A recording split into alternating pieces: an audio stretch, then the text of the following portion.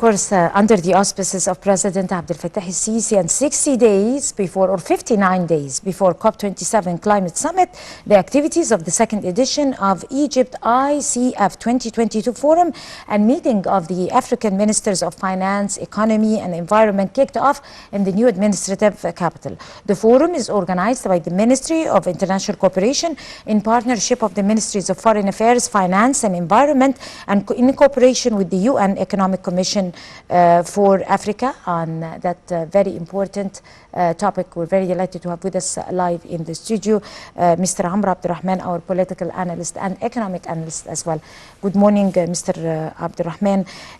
My first question to you is, how important is Egypt's keenness in unifying visions and bringing together world leaders and world officials in order to mobilize efforts for the international community to support the climate agenda in Africa in particular? If you look at the whole scene from an outer look, you would see that Egypt is launching projects, receiving international summits like Climate Summit, improving and expanding what we have already accomplished, like the mega project in Suez Canal, with all admiration, of course, for the statements given by Admiral Osama Rabia. We are as if we are living in another planet, while other countries in Europe, in the US, in the East, in the West, are suffering from severe crisis, economical, political, you name it. We are keeping our rhythm, our march towards completing our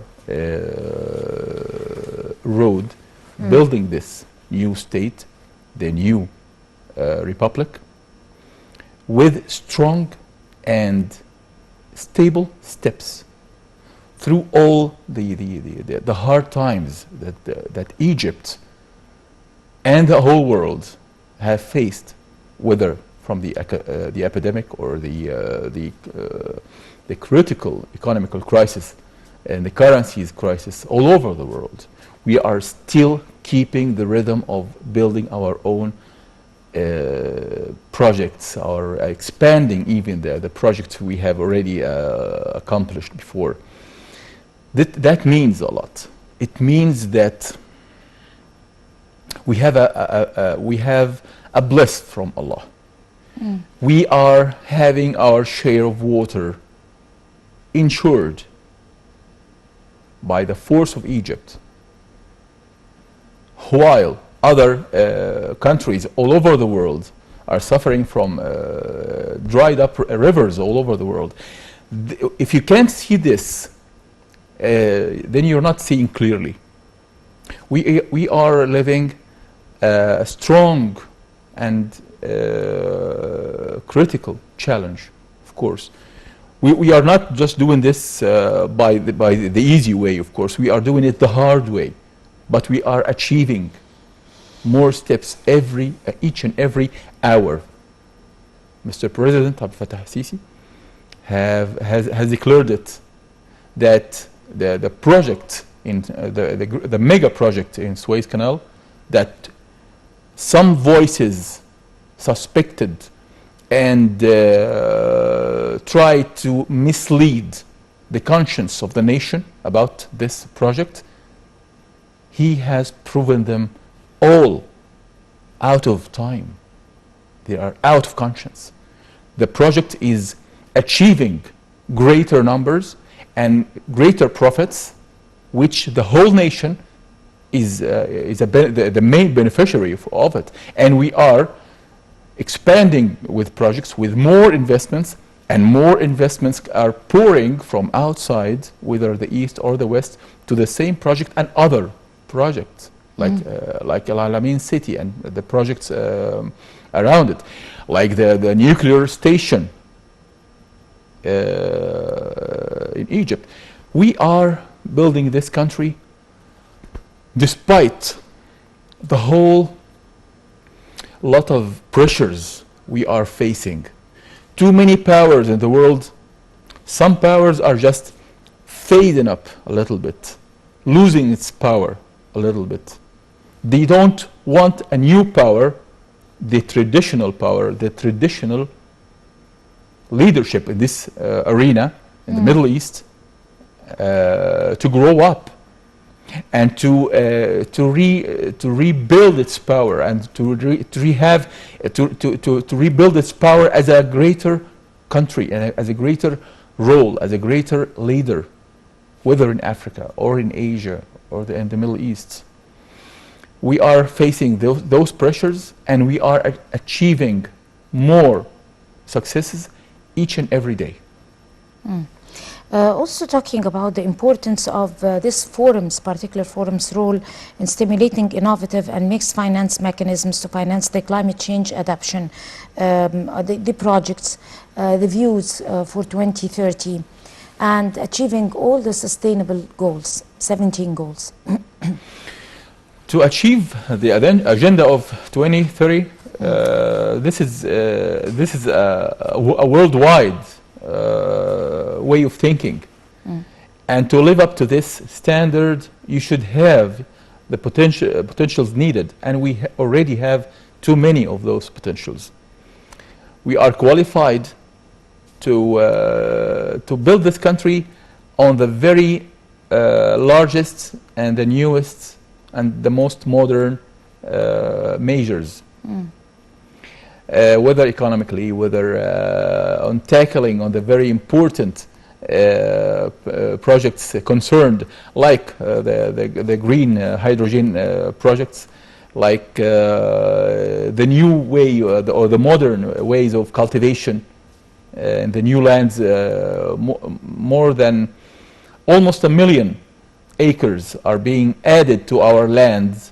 That this hasn't happened since maybe 300 years or 500 years. I don't remember this, but I do remember that this is the greater expand in our cultural lands for centuries.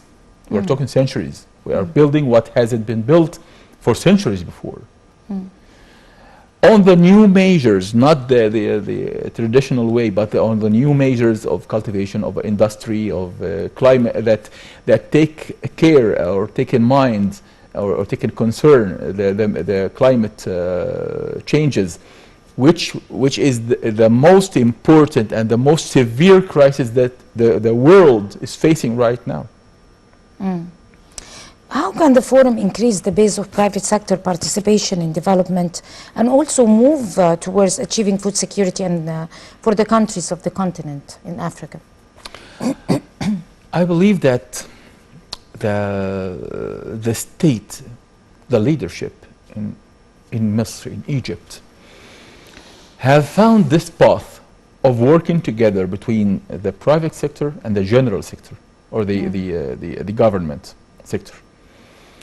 And it's working side by side together, the same efforts, working as one power, one way, one line.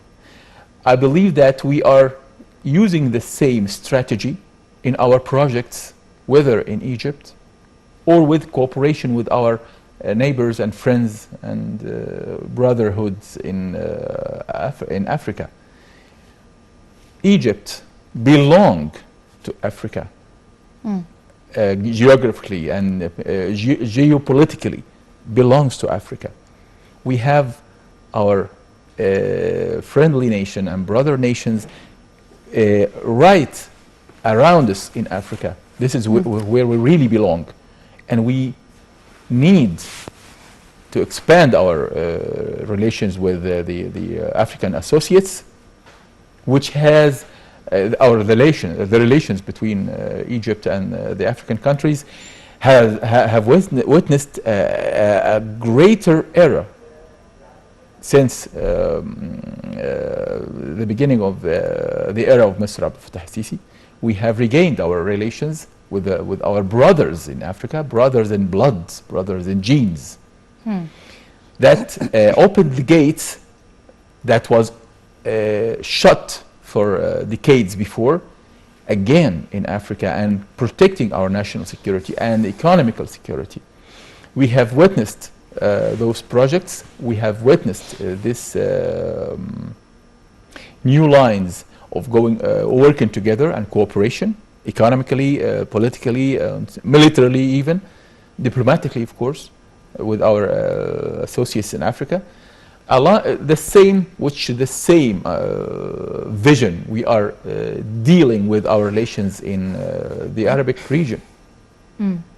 As we all know that this forum is achieving a very important goal, which is bringing together the leaders of the African nations in the continent, as we earlier said, represented by their officials and ministers who attended that forum, to bring them together unified once back again under the leadership of Egypt, to be able to explore the treasures in Africa, because as we all know that Africa is full of treasures, it's full of sources, it's full of opportunities that are not explored yet, or is explored by the wrong fronts and the wrong countries. Egypt is pointing out to those countries, to the African nations, that we should explore our own treasures and make the best use of it and be beneficiary of it by our own hands. How is that forum, how was it able to direct or operate that particular idea? Without our strong relations that we have regained with our African friends, we wouldn't have that forum for good. We have already established the base. We have already accomplished new projects, mega projects in Africa, like the dam we are building in Congo. A high dam we are building right there. This is a very significant project, and so many other projects. We even care about the health projects in African countries, and we have achieved so many successes in this file. Without our strong ties and strengthen our relations with the African countries, we would have been in a very critical position as we are dealing with the issue of Renaissance Dam. Without those relations, we would have been in a very critical situation. It would have been a divided side against side dealing with this matter. But no, we are dealing with this matter within the African family. We are not dealing with any country as an enemy, but as a friend, and there is a problem to be with solved. Soft power. Through soft power. Through soft powers. Through which is one of the main policies of the Egyptian administration. Very important to build our excluding force and resorting to soft power. We can never use force against an African nation. But to protect an African nation, to protect the African nation, we could use force. This is our national security.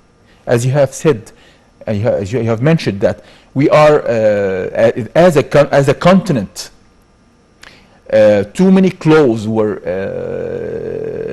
put in our veins to drain it and to steal the fortunes and the gold and the diamonds from our mines all over the continent.